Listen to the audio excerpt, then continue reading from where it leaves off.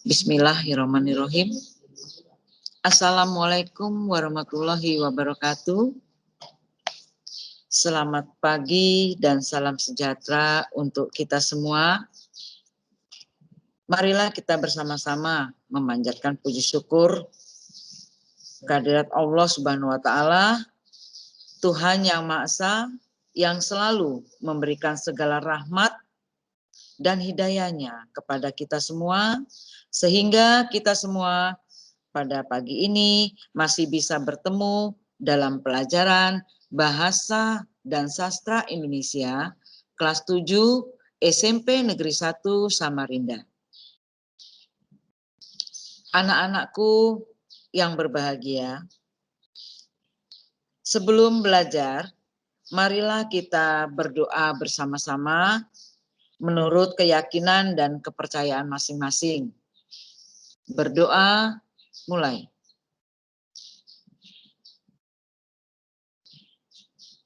Berdoa, selesai. Bagaimana? Apa kabar anak-anakku semua? Semoga saat ini kalian dalam keadaan sehat walafiat, tanpa apapun, dan kalian saat ini bisa mengikuti belajar bahasa dan sastra Indonesia.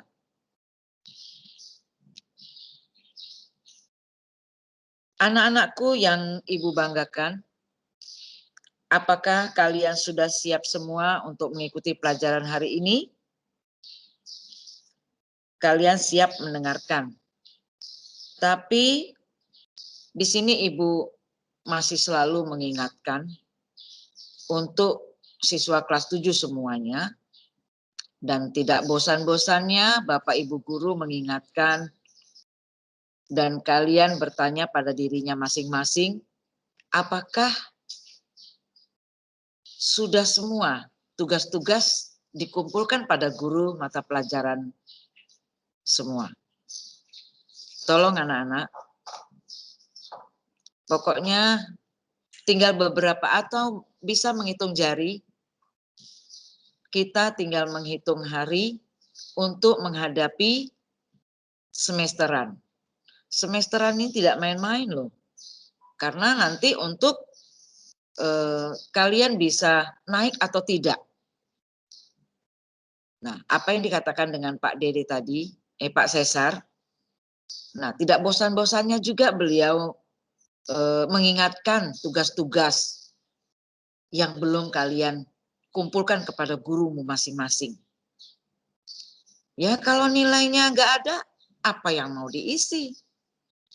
Nah, padahal nilai tugas itu adalah untuk menambah kalian, misalnya ada kekurangan dari nilai mid semester, semester.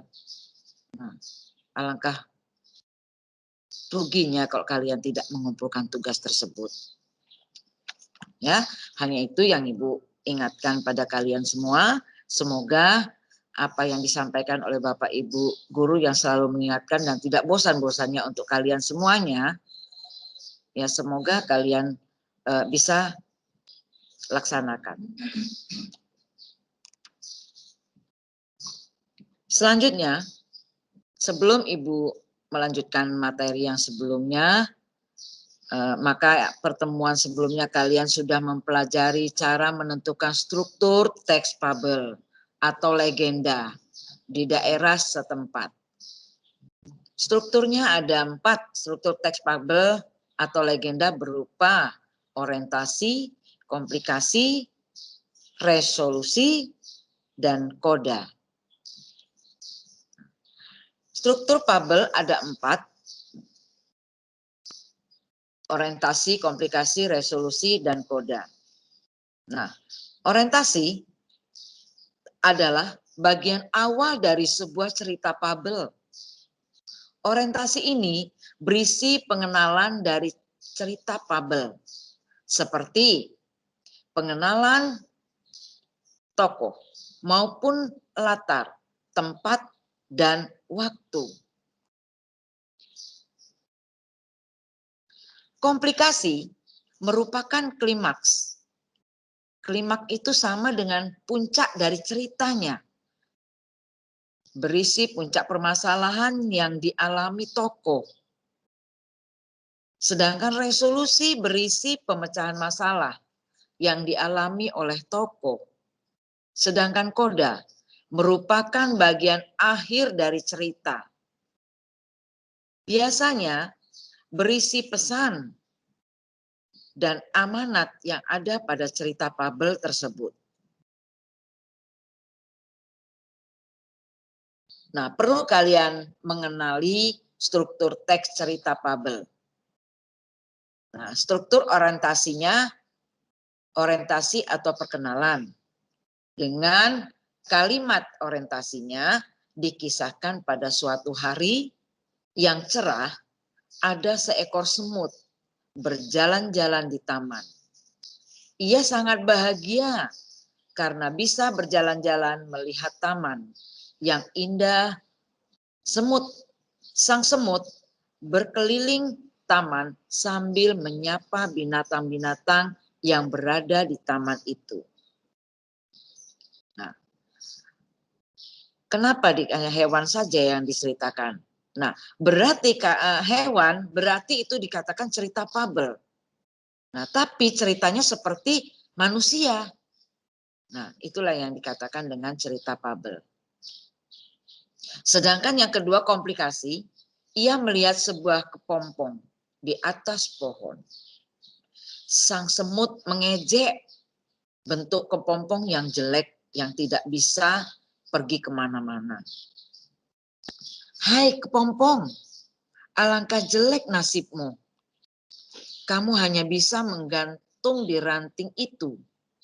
Ayo jalan-jalan, lihat dunia yang luas ini. Bagaimana nasibmu jika ranting itu patah? Sang semut selalu membanggakan dirinya yang bisa pergi ke tempat ia suka. Bahkan sang semut kuat mengangkat beban yang lebih besar dari tubuhnya. Sang semut merasa bahwa dirinya adalah binatang yang paling hebat. Si kepompong hanya diam saja mendengar ejekan tersebut. Pada suatu pagi, sang semut kembali berjalan ke taman itu. Karena hujan, di mana-mana terdapat genangan lumpur.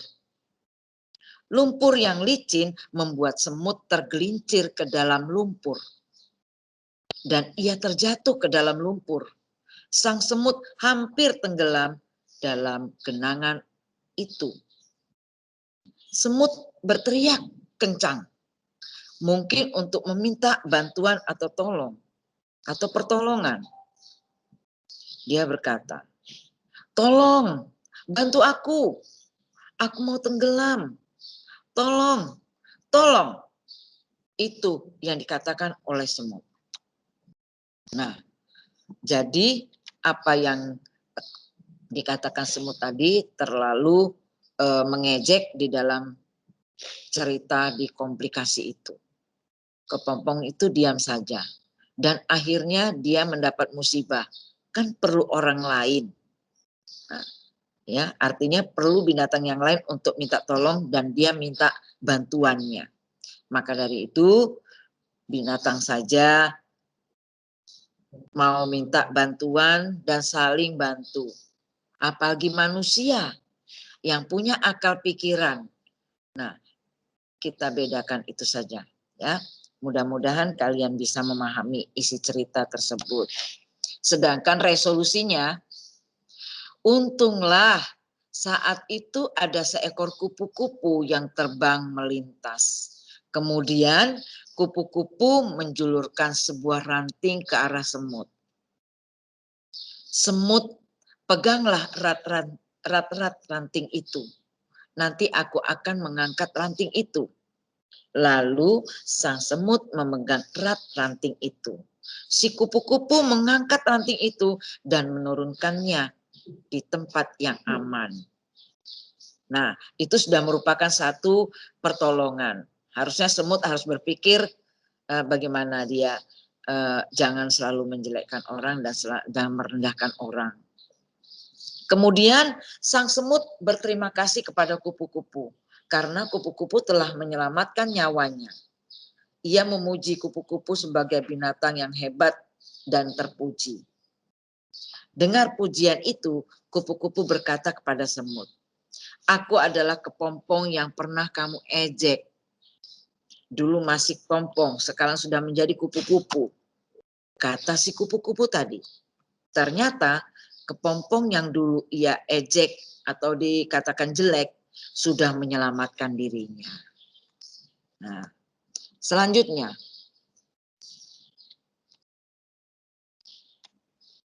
Nah, itu tadi sebagai cerita fabel yang di dalamnya ada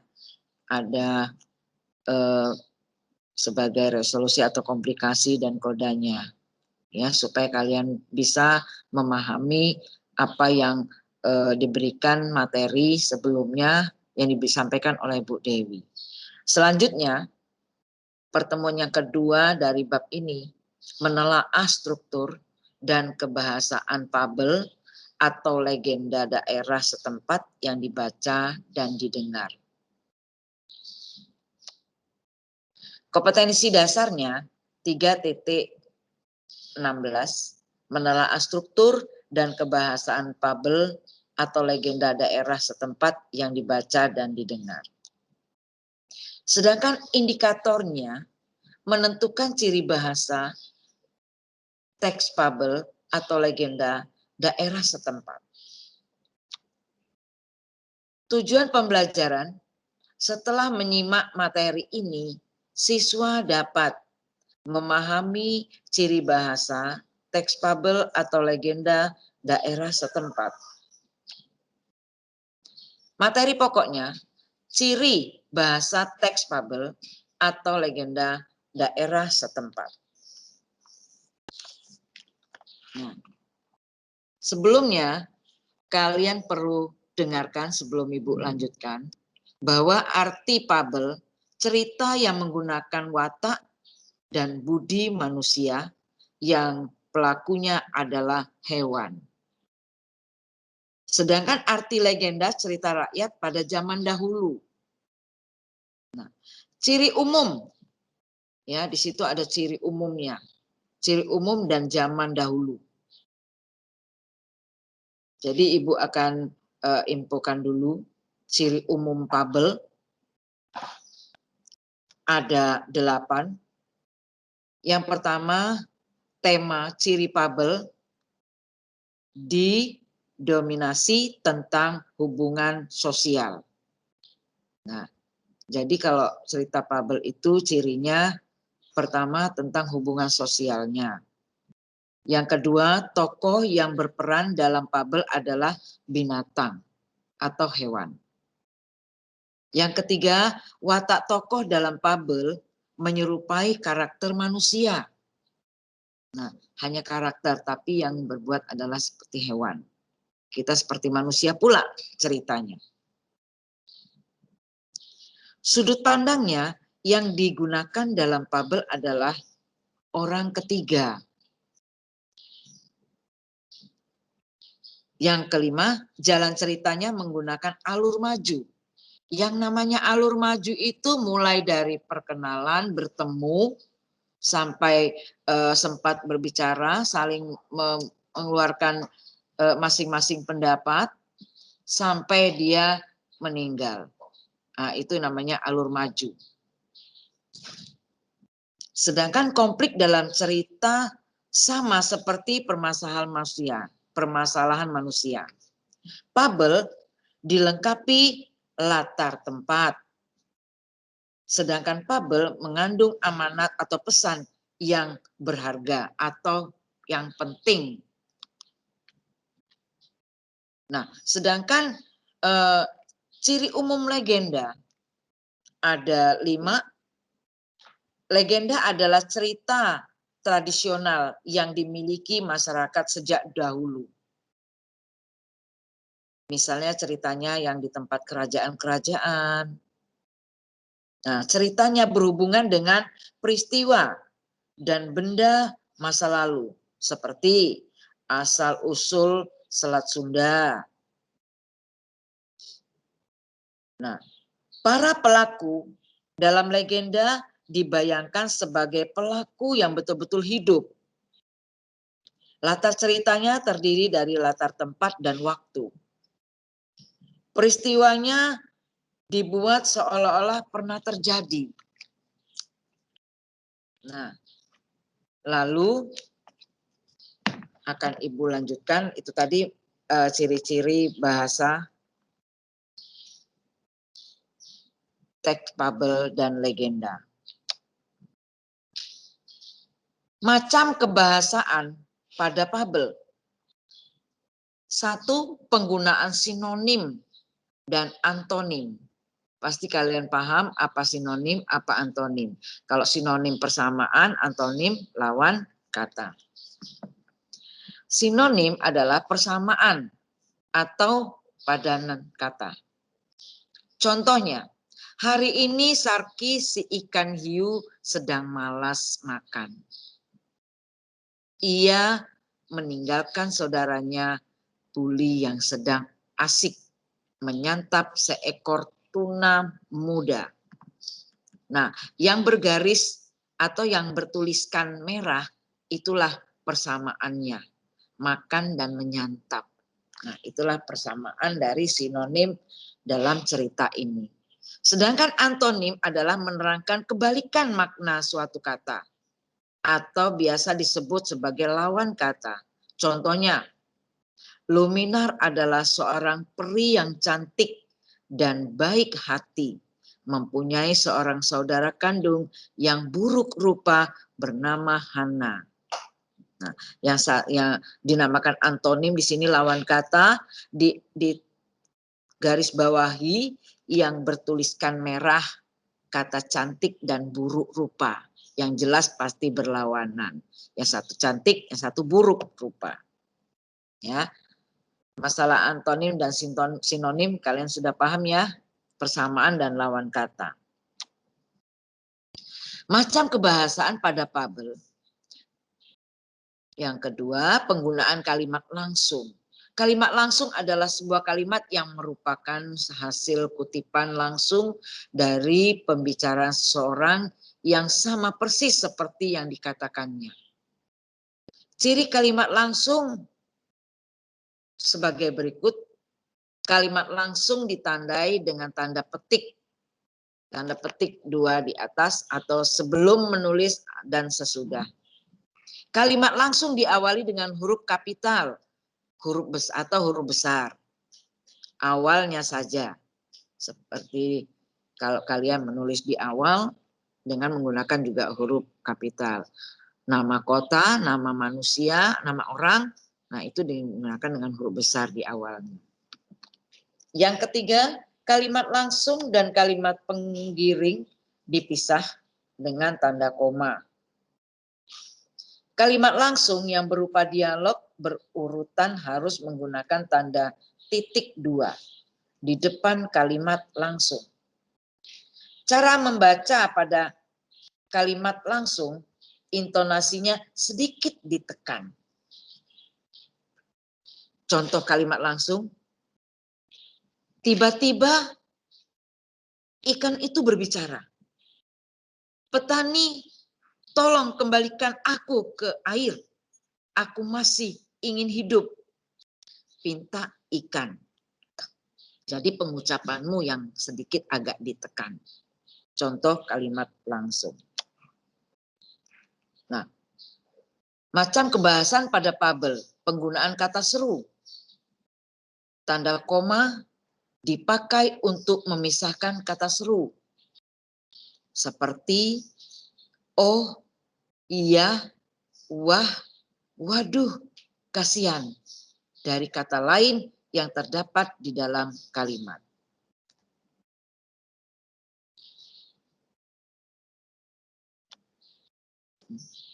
Contoh kata seru, tanda petik dulu, baru oh, koma, iya, koma, langsung petani dengan menggunakan tanda seru. Sedikit agak tekan suaranya. Oh iya petani, ada satu syarat yang tidak boleh kau langgar.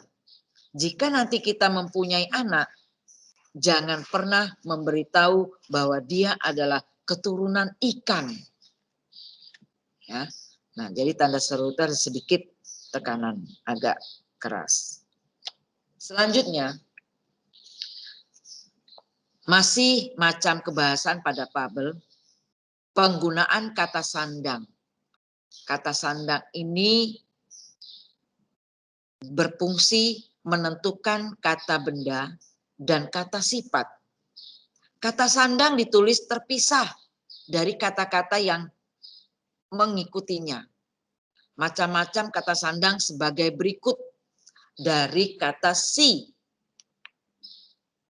Untuk mengiringi nama tokoh yang mengecilkan atau kurang hormat sebagai panggilan tokoh. Contohnya, si semut itu menggunakan huruf kecil. Si belalang sembah. Ya. Jadi itu agak atau diberikan terpisah dari nama sebelum si.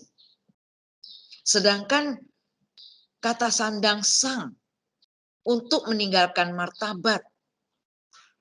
Contohnya, sang putri, sang pangeran. Nah, itu pun terpisah dari kata pengikutnya. Sedangkan Sri untuk menghormati pada tokoh raja atau memiliki martabat tinggi dalam agama atau kerajaan. Contohnya, Sri Paduka, Sri Ratu, dan sebagainya. Selanjutnya, dengan kata sandang para untuk menunjukkan banyak tidak tentu. Contohnya, para prajurit, para selir. Nah, para itu lebih dari satu, banyak jumlahnya. Ya, dengan menggunakan para. Sedangkan hang untuk menunjukkan jenis pria yang dihormati dalam sastra lama. Contohnya, hang tua, ya, hang tua, hang raja. Nah, jadi orang-orang yang sangat dihormati. Sedangkan pabeldang untuk menunjuk jenis wanita yang dihormati dalam sastra lama.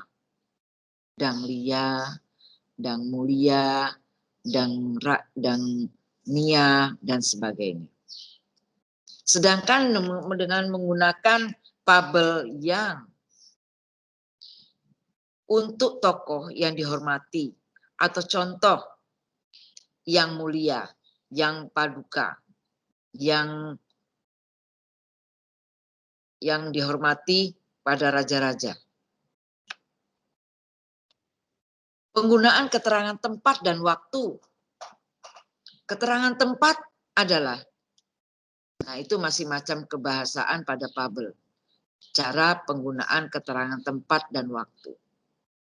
Keterangan tempat adalah jenis keterangan yang menunjukkan suatu tempat yang ditandai dengan kata hubung, di, ke, dari, di dalam, dan pada. Contohnya, hidup seorang petani miskin dan anjing yang setia di daerah Tapanuli Utara. Ya. Jadi di daerah. Nah, di daerah itu sudah menunjukkan suatu tempat. Daerah mana? Daerah Tapanuli. Tapanuli itu di mana? Daerah Medan. Ya. Nah, jadi yang namanya keterangan tempat itu kalian dengan menggunakan tanda yang kata hubung di, ke, dari, di dalam, dan pada.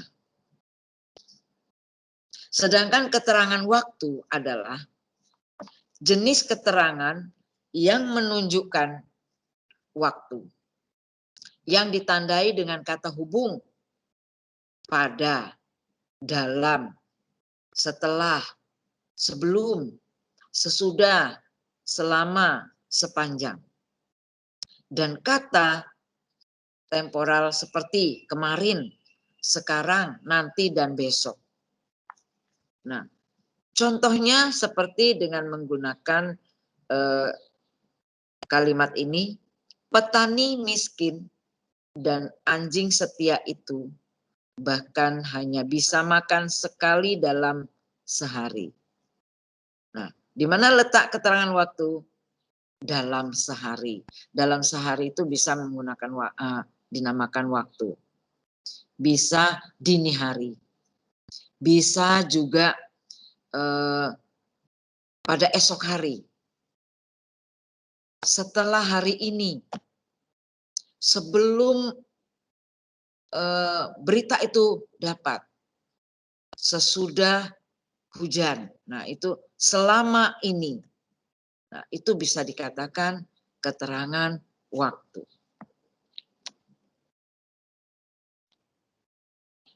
Nah, itu tadi yang dapat Ibu sampaikan masalah tentang masih ada kaitannya dengan cerita rakyat, tetapi di sini pembahasan masalah kebahasaan pada fabel dan legenda.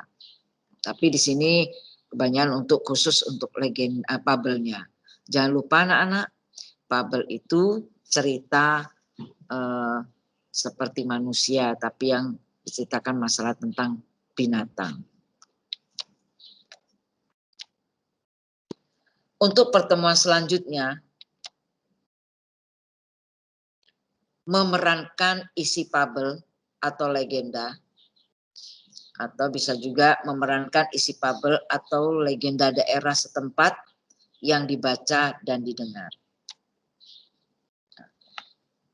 Bacalah tugas-tugas atau bacalah fabel ya, kuda berkulit harimau di buku siswa, buku paket Kemendikbud halaman 220 sampai halaman 221. Kemudian kalian kerjakan soal berikut. 1. Urutkan struktur peristiwa fabel di dalam buku Kemendikbud halaman 220 sampai dengan 221 tersebut. 2. Tentukan tokoh dan penokohan tokoh fabel dalam cerita Kuda Berkulit Harimau berserta alasan dan pembuktian sesuai dengan tabel halaman 222. Ya, jangan lupa. Kalau bisa tugas ini tolong dipoto atau di-screenshot supaya kalian tidak ada tanya-tanya lagi. Soalnya yang mana, Bu? Nah, ya, perlu kalian perhatikan masalah tugas-tugasnya. Ingat, tugas sebelumnya juga banyak yang belum menyelesaikan tugas-tugasnya. Dan tidak lupa ini, bila kalian ingin mengumpulkan tugas, ada 3 guru ya. Nah, jangan lupa kalian juga bisa melihat di Google Classroom. Ya, silakan kalian WA ke gurunya masing-masing. Nah, untuk kelas 7A itu kepada Pak Dedi dengan nomor telepon yang sudah tertera di sini, dengan 7B dan sampai 7F itu kepada Bu Dewi Ernawati, dan nomor teleponnya juga sudah ada di sini. Dan untuk kelas 7G dan 7K kepada saya sendiri, Ibu Neti Rahayu, dan nomor telepon yang sudah tertera yang ada di hadapan kalian masing-masing. Tolong jangan absen saja. Setelah absen ditinggal tidur. Nah, padahal materi ini yang penting untuk kalian mengerjakan tugas-tugasnya. Ya, mohon kalian siswa tidak ada yang bodoh. Kalau ada kemauan pasti ada jalannya. Ya, itu saja yang Ibu dapat sampaikan hari ini. Semoga dapat bermanfaat materi hari ini. Terima kasih. Assalamualaikum warahmatullahi wabarakatuh.